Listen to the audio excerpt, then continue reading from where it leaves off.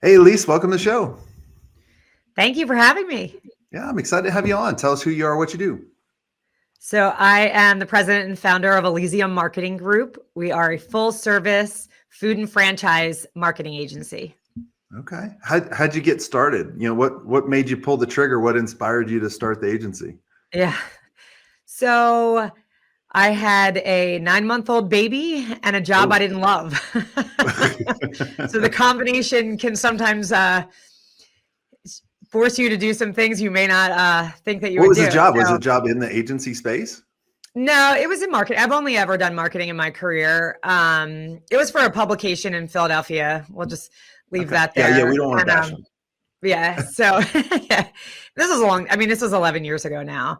And I got to the point where I would, leave my child at daycare every day and then head to the city and go to a job that wasn't fulfilling. And so I was like, I got to do something different. I met with a mentor of mine. She was like throwing out all these jobs that, you could do this, you could do that. And I was like, I just want to start my own thing. I kind of shocked myself, to be Hmm. honest. And she was like, go for it. And I'm like, I have a baby, I have a mortgage. I don't think I can. And she's like, go for it. So she became my first client and haven't really looked back since. So Yeah. What did you charge your first client? not as much as now I realize, right? It's funny the Yeah. things that you Was it learn. 500? I think it was 1,000. Oh, you doubled me. Really? Hmm. Yeah. And at the time I was like, ooh, look at me. Right. Yeah. And then now I'm like, wow, I can't believe I did that for that. But you live and learn, right? Yeah. What Yeah. what's surprised you? You've been doing this for 11 years. What's Yeah. been the biggest surprise? That it gets harder at different points the longer you've been doing it. Like what gets I harder? think, Like give us an example. well, we're more established now, which is great. And, we've made a name for ourselves. But as we're getting more established and we're getting more well known, I want to bring in the best people possible. And just the headaches get bigger as the clients get bigger and trying to keep, the team happy, but also putting the right people in the right seats and keeping them happy. I'm obsessed with my team right now. They're fantastic, but it has been really hard work to find the right people to be in the right seats and to make sure that we're continuing to work for our clients the way that I want to be. When we were a lot smaller, we could spend a lot more attention. And now that we're getting larger, it's not that we don't spend as much attention. It's that we just have to figure out how to, as we scale, just how to give the best service possible at a larger scale. I've seen a lot of people, they go through a number of different stages, right? Like in the beginning, when we start, right, with your first client, it's fun, right? Like you're making $1,000, really? Like you're going to give me $1,000, Yeah. and that's a lot of money for me. And then you start hiring people, right? And then that's a whole nother complexity, right? Like now For you sure. have to manage these people. And I always joke on the show, I'm the worst manager in the world. And it only took me 10 years to figure that out of running the agency. And then I started hiring people that were under me that I didn't have to manage. They were self-managing, but then they could manage the people that were not self-managing. Right. And so there was like this no man's land I was in. I felt like anywhere from about 1.5 million in revenue to about 8 million, you're in no man's land. And you're like, why don't I go back to when it was easy? Well, right. And it's funny because I think back of what I would tell myself when I was starting, and I think, I wouldn't even tell myself because it was where ignorance is bliss a little bit. Yep. I didn't know what I didn't know, and so I just did the best I could for clients, and it was exciting. Every new thing was exciting, and I do have to stop and tell myself sometimes to celebrate the wins a little more. I think I'm constantly in the mindset of we have to go and do more and be better and whatever, and I have to stop sometimes and say, wait a second, this is awesome. We just crushed it for this client, or we just Yeah. built this website that's unbelievable. And 11 years ago, I never would have even sort of thought that we could do it, but I have to make myself do that. I'm curious, over the past 11 years, how have you I'm not going to prime, and I haven't primed you at all any of these questions because I make them up as I go. Yeah. How have you judged yourself over the years? Like, is it based on team size? Is it based on revenue? How do you judge if you guys are doing, like for where you're at now? I think it's a lot of things. I mean, I think retention is a big deal because For I think the clients clients that have, employees? I'm sorry, For clients or employees? both, but I was really thinking more clients that Yeah. clients don't stay with you if they're not happy. We all know that, right? There's a million different agencies out there. So client retention is definitely something that I judge us on. The ones that we have clients that have been with us since the beginning, which is wild because so much has changed. Are you still charging them $1,000? We charge them a little more than that, but we give them way more. I mean, we have experts, we have the best experts now. So we do charge them a little more than we did initially, but definitely client retention. I think a little bit on revenue, growth year over year for sure. The quality of our team, like I was just saying, our team is just so good. I'm so proud of them. So that's good. Have you grown every year? Have you ever had a down year? So shockingly, we've grown every year, including COVID, which sometimes I look back on that and think, how the heck did we do that? I think I just dug deep and made it happen. And I'm not really sure how. We had a lot of food clients because that's part of, what we do. And we pretty much lost them all for a period of time. They all came back eventually in some capacity. But so, not to use this word, everyone hates it, but we did pivot and we did a lot more B2B than we had in the past, just to, use our skill sets, make sure I didn't lose the team. And we were up that year, not by as much as I had planned, but we've been up every single year, which is getting harder. But great. Well, I mean, what I tell people too is, especially when you've been in business for a while, a lot of times, and this was kind of the first time I've ever really asked anybody, like, how do you measure success? And, I was just curious because I used to measure success back in the day when I ran the agency based on the number of employees I had, because I have a gift. I can figure out employees and I can figure out revenue. Right? Yes, you can. We proved that in the pre-show. And so that's how I measured success is like, we have over 100 employees. Look at us, right? Like on our chest. Then I started looking at, well, I'm going to measure success based on revenue. And then, after I got out of the business and I started helping businesses, I was like, revenue doesn't mean anything. Having a huge team doesn't mean anything anymore.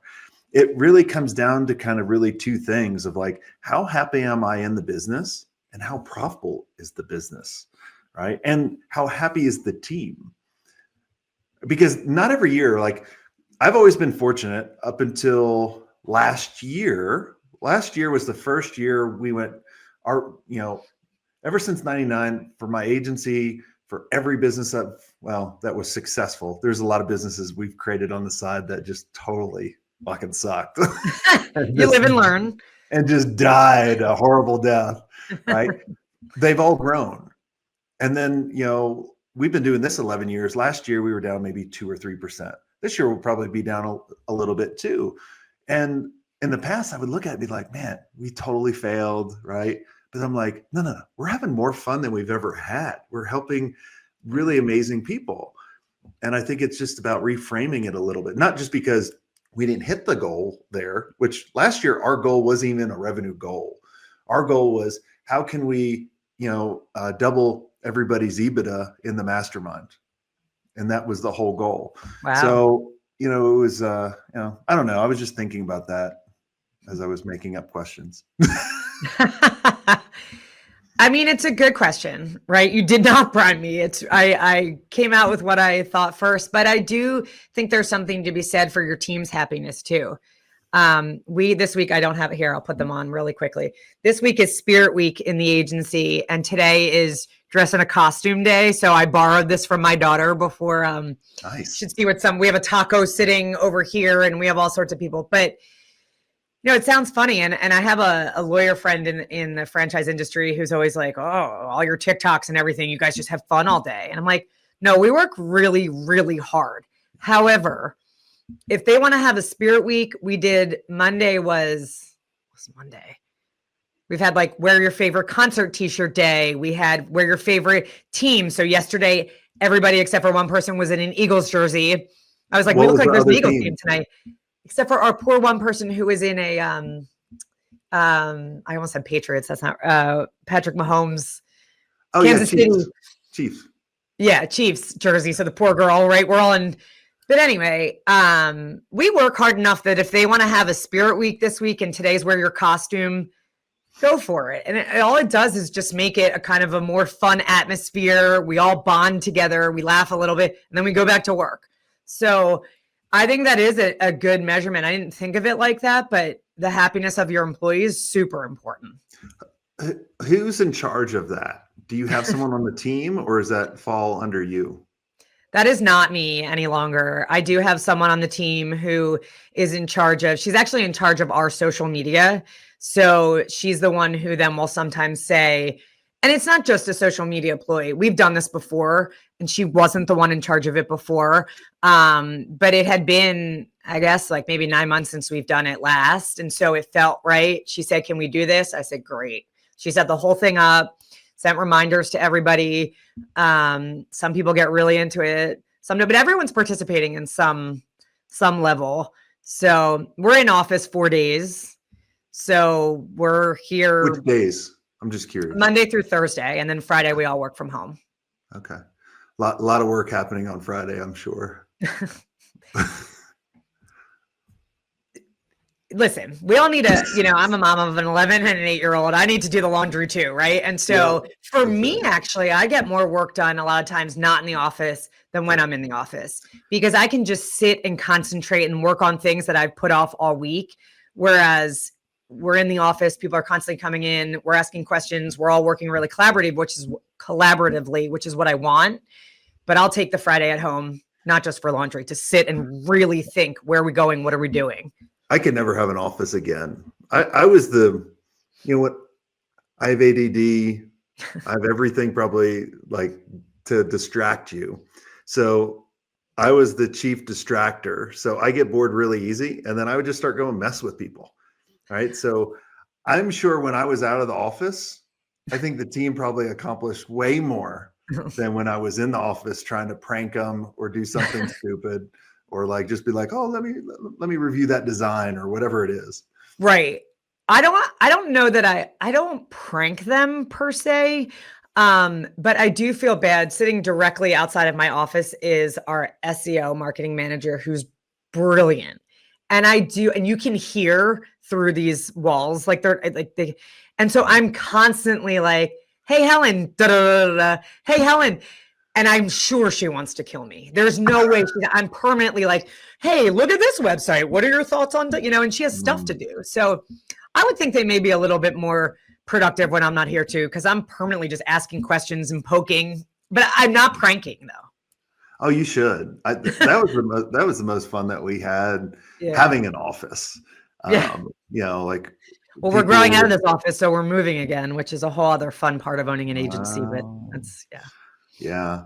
Well, if I had to do it again with the agency, I'd probably have and I know there's some people on the fence of I need to have an office.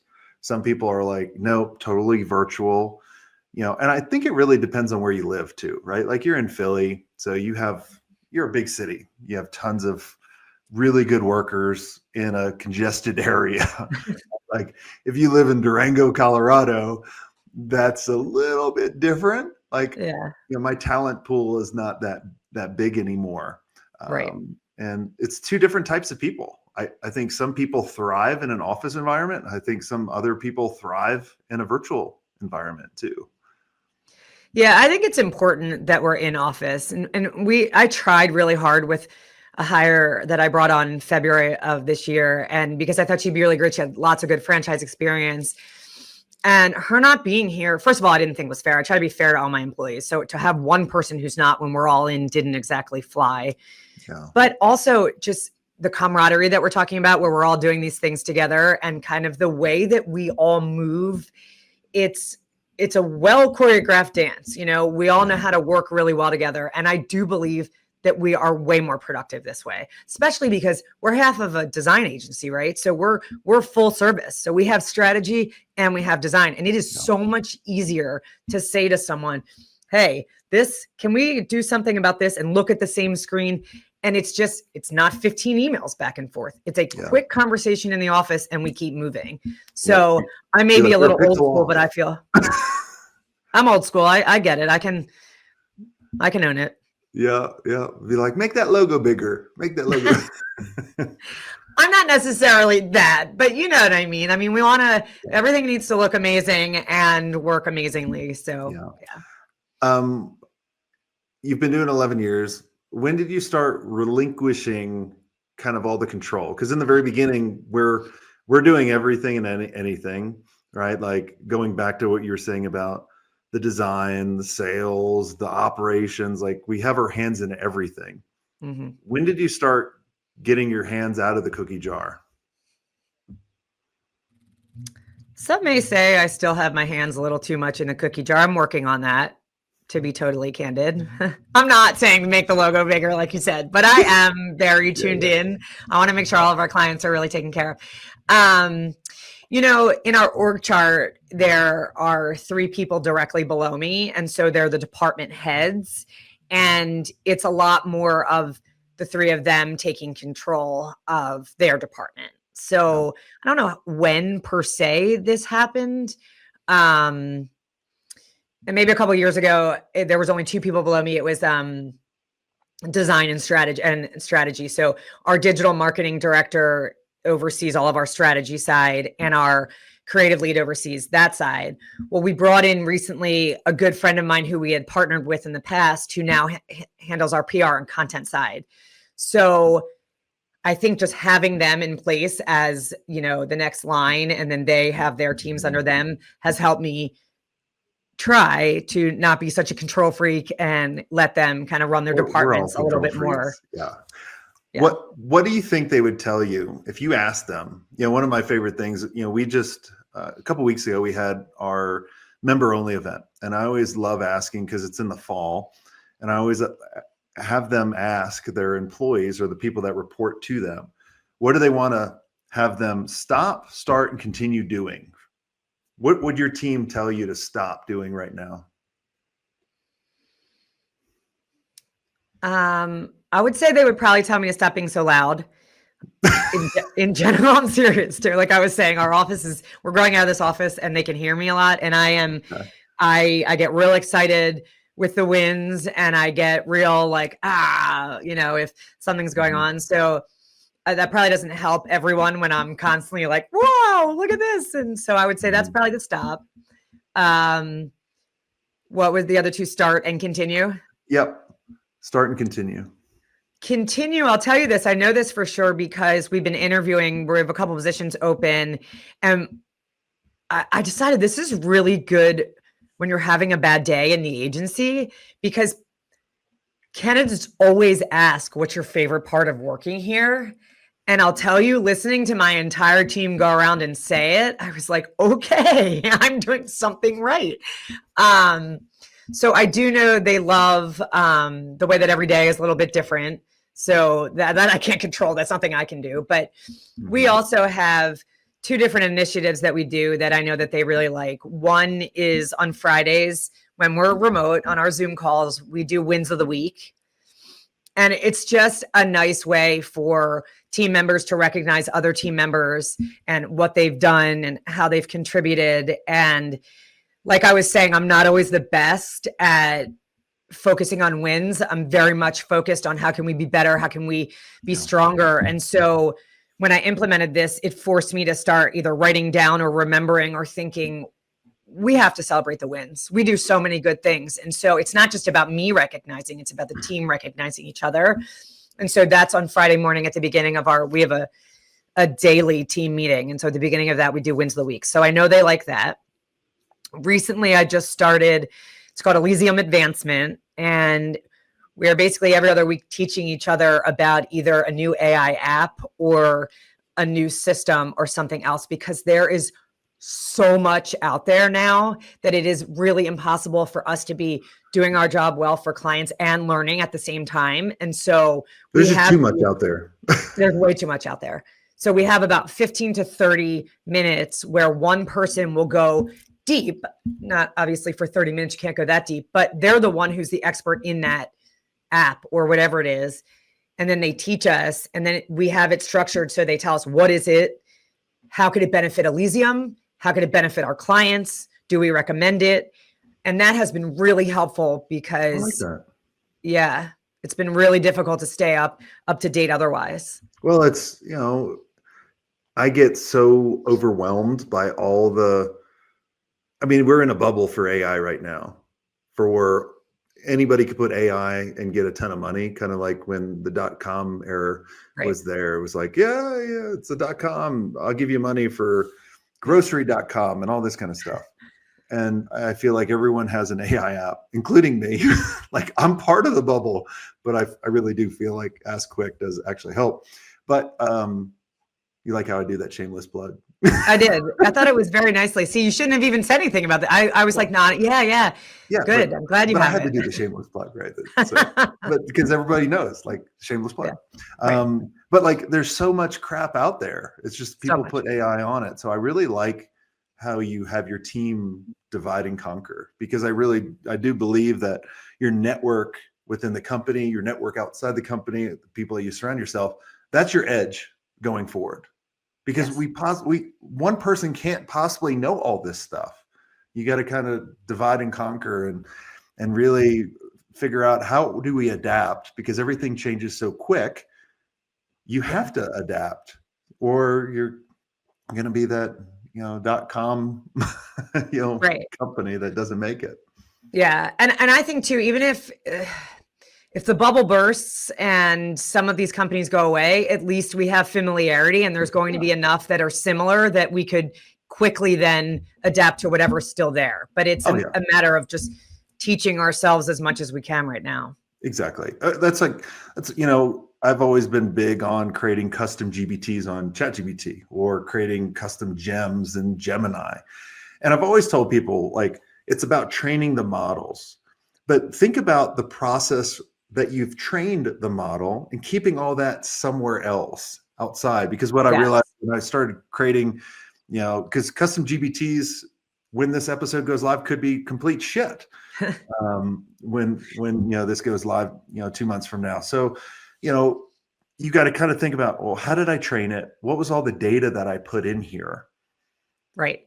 Because when I started doing it first, I was like, oh, I can't export any of the stuff I uploaded. Like, I was like, that's sneaky guy, ChatGPT. I'm gonna call it bullshit on that. Yeah. So I was like, I'm gonna start figuring out, how did I train this to get this model, and then using other models to do it. So exactly. But awesome. Well, Elyse, this has all been great. Is there anything I did not ask you that you think would benefit the listeners listening in? The one thing that I actually learned from you years ago when I used to watch your videos was how important it was to niche. And I just remember being petrified and thinking, I can't. Our clients are all over the place. This can't happen. I don't know what he's talking about. And then right after COVID, I just was like, all right, I guess I have to try it, because it wasn't, I read lots of articles too. And so I had been seeing it all over the place, and we finally put a stake in the ground around COVID and decided that we would use our expertise from doing so much food marketing and some franchise already, but to really be a franchise marketing agency. And to your credit, we still have clients that aren't in the franchise world, and they still come to you, but we've gotten a lot of recognition, which I'm really proud of, in the franchise world. And we've really made a name for ourselves there. And so, especially in franchising, it is a little bit different. There are some just differences in fran dev marketing than there are and local store marketing, frankly. And so franchise systems are really smart, and they do not want an agency that does not understand how franchises work and what an FDD is and all the rest of that. And so we put a stake in the ground, and, one of the things I hope you can tell from this interview is that I try to continuously learn, and so does my team. And so I got my CFE right away, my certified franchise executive. As soon as I made that decision, I took all the classes, and we really have leaned in heavily. We go to all the different IFA events and things like that. And it has absolutely been worth it. And I do feel proud of the fact that we are niched, and it did work. So, okay, Jason, you're right. Well, I think that's an important point. Well, it takes people a while, right? Like you have to, like I always joke with people, you're at like a Vegas buffet. You got to try out everything and see what works and what doesn't work, what you like, what you don't like. And once you pick one, you still can take on work outside of it. It's just your marketing to that one. During COVID, there was a member, Alano. He's been in the mastermind forever. And he was like, right before COVID, he picked his niche. He was so excited about it. Trade shows. He's going after companies. Oh God. And he, like, literally a week before everything shut down, he got on the call, because we always start off our mastermind calls with wins, kind of like how you do with your team, right? He's like, oh man, I'm so excited. I picked this niche. And then like the world just shut down. And I went to him, I was like, man, Alana, I was like, I've never told anybody this, but you might want to switch. And so they picked cybersecurity. They're crushing it now. Wow, that's a great one. And that's so different from trade shows. Very different, right? Very, very different. But I felt so bad. I was like, after years of just like getting beaten down by all the members in us of like, you got to pick your niche, right? And then finally pick one. Yeah. And it's trade shows right before COVID. I was like, oh man, that's tough. Yeah. So, but awesome. Well, Elyse, thanks so much for coming on the show. And for everyone listening, if you enjoyed this, make sure you like and subscribe to the podcast. We have a show coming out every 2 weeks, or not every 2 weeks, twice every week on the show. And if you guys ever want to come meet us up, we always have tons of events. Go to elevatemyagency.com. The next one's going to be in Phoenix, and I think the next one's going to be in Nashville after that. So make sure you go to elevatemyagency.com. And until next time, have a swank day.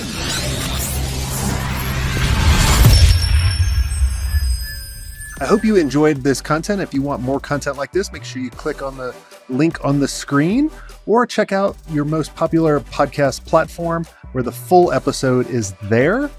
And until next time, have a swank day. What are you doing? Go check it out. Click on the link. I'll see you soon.